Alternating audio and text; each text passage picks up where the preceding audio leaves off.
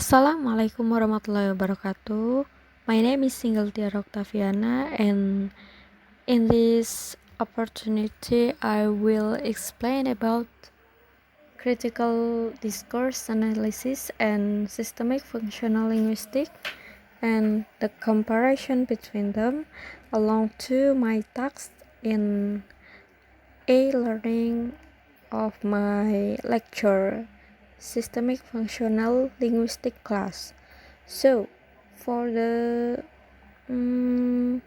first, I will explain about the definition about critical discourse analysis and the definition about systemic functional linguistic.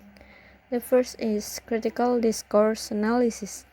Critical discourse analysis, or CDA, is a qualitative analytical approach for critically describing, interpreting, and explaining the ways in which discourses construct, maintain, and legitimize social inequalities. CDA rests on the notion that the way we use language is purposeful regardless of whether discursive choices are conscious or unconscious. CDA takes a number of different approaches and incorporates a variety of methods that depends on research goals and theoretical perspective. Jadi, analisis wacana kritis atau CDA adalah pendekatan analitis kualitatif secara kritis menggambarkan, menafsirkan, dan menjelaskan cara-cara di mana wacana membangun, mempertahankan, dan melegitimasi ketidaksetaraan sosial. Jadi kaitannya di sini adalah kaitannya dengan fungsi bahasa dan fungsi sosial. CDA bersandar pada gagasan bahwa cara kita menggunakan bahasa memiliki tujuan, terlepas dari apakah pilihan diskursif sadar atau tidak sadar. CDA mengambil sejumlah pendekatan yang berbeda dan menggabungkan berbagai metode yang bergantung pada tujuan penelitian dan perspektif teoris. Sedangkan in the other hand, SFL, or Systemic Functional Linguistic, is an approach to linguistics among functional linguistics that considers language as a social semiotic system. It was devised by Michael Halliday, who took the notion of system from G.R. Ford, his teacher. Halliday, a central theoretical principle is then that any act of communication involves choices. Language is above all a system. SFL maps the choices available in any language variety using its representation tool of a system network. Linguistik Fungsional Sistemik, or SFL, adalah pendekatan linguistik di antara linguistik fungsional yang menganggap bahwa sebagai sistem semiotik sosial itu dirancang.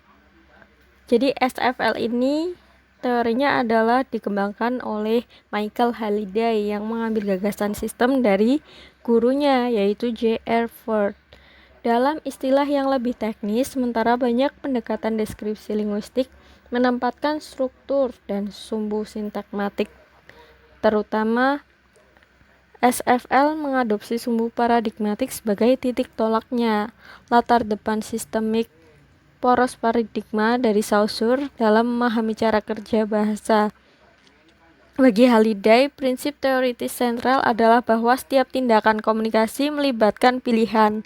Bahasa di atas segalanya adalah sebuah sistem.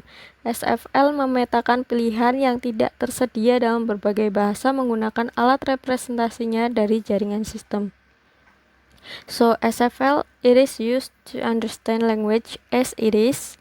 SFL believes that language is a social process, and so society explains how language is used, not neurological contexts. Systemics means that language is stratified within linguistic levels, including discourse semantics, lexicogrammar, and phonology or graphology. Each system has its role in contributing the holistic meaning of a social process. Functional means as a level, each level has three meta-meaning involving ideational.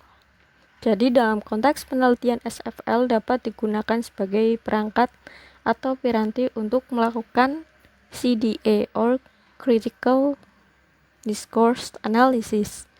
Para peneliti menciptakan analisis detail mengenai fitur-fitur bahasa untuk menjelaskan pola-pola yang lebih besar yang didapati di CDA. In SFL, CDA has been introduced by Fowler, and its concept is derived from Halliday that language is a form of social and ideological action.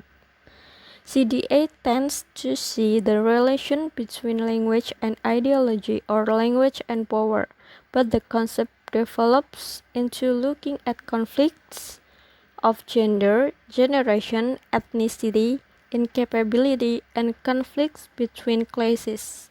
At the beginning, the concept tends to focus on the social interpretation rather than the linguistic evidence used to support the interpretation.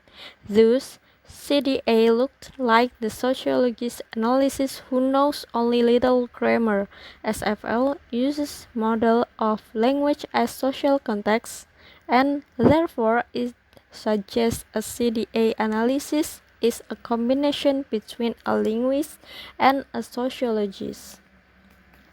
So, the second part, I will introduce about the difference from SFL and CDA. So, what makes the two of these courses is difference. The difference between SFL and CDA. Jadi SFL adalah perspektif yang mengkaji struktur formal bahasa seperti grammar, style, punctuation, and etc. It is describe what language does. Meanwhile, CDA adalah perspektif pada konteks yang lebih luas dan implikasi atau efek dampak dari diskursus. CDA explains about why language or discourse does what it does. Or discourse does. Okay. So, SFL and CDA is as an ideation and national identity. Okay, then I will explain about the scope of CDA and SFL. The scope of CDA is a discipline like pragmatics, conversation analysis, narrative analysis, rhetoric, stylistics, sociolinguistics, ethnography, or media analysis. It is an emerging field having the unique character of transdisciplinarity and multidisciplinarity. Some of the prominent areas in which it operates are power relation, hegemony, gender inequality, media discourse, political discourse, ethnocentrism, anti-Semitism, nationalism, racism, professional and institutional discourse, mind control, and control of public discourse. Then for SFL scopes, it restricted to the fields of syntactic structure of language, semiotic, semantics, pragmatics, text analysis, and social context analysis. Then I will explain the relation between SFL and CDA.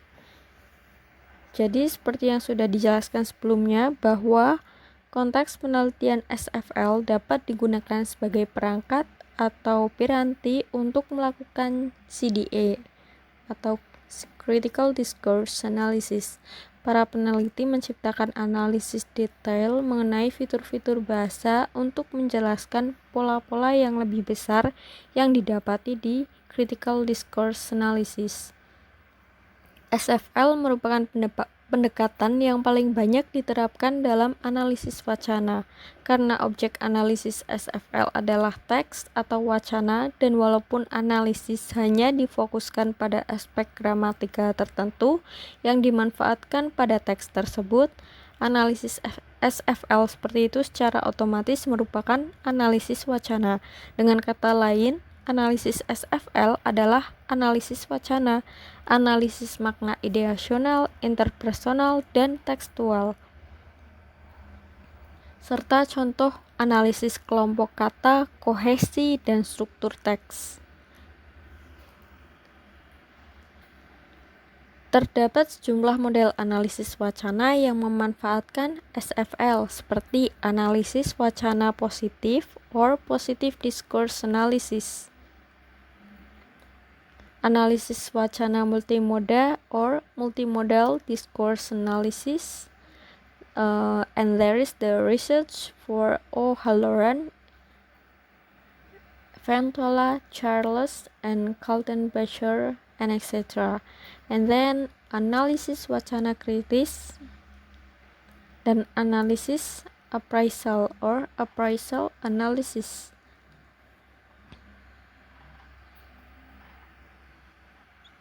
Okay, that's all for the explanation of comparison between systemic functional linguistic and critical discourse analysis. I'm sorry if there are any mistakes from my explanation. I will put the sources that I've used in these recordings in the description below, and thank you for listening my recordings, and wassalamualaikum warahmatullahi wabarakatuh.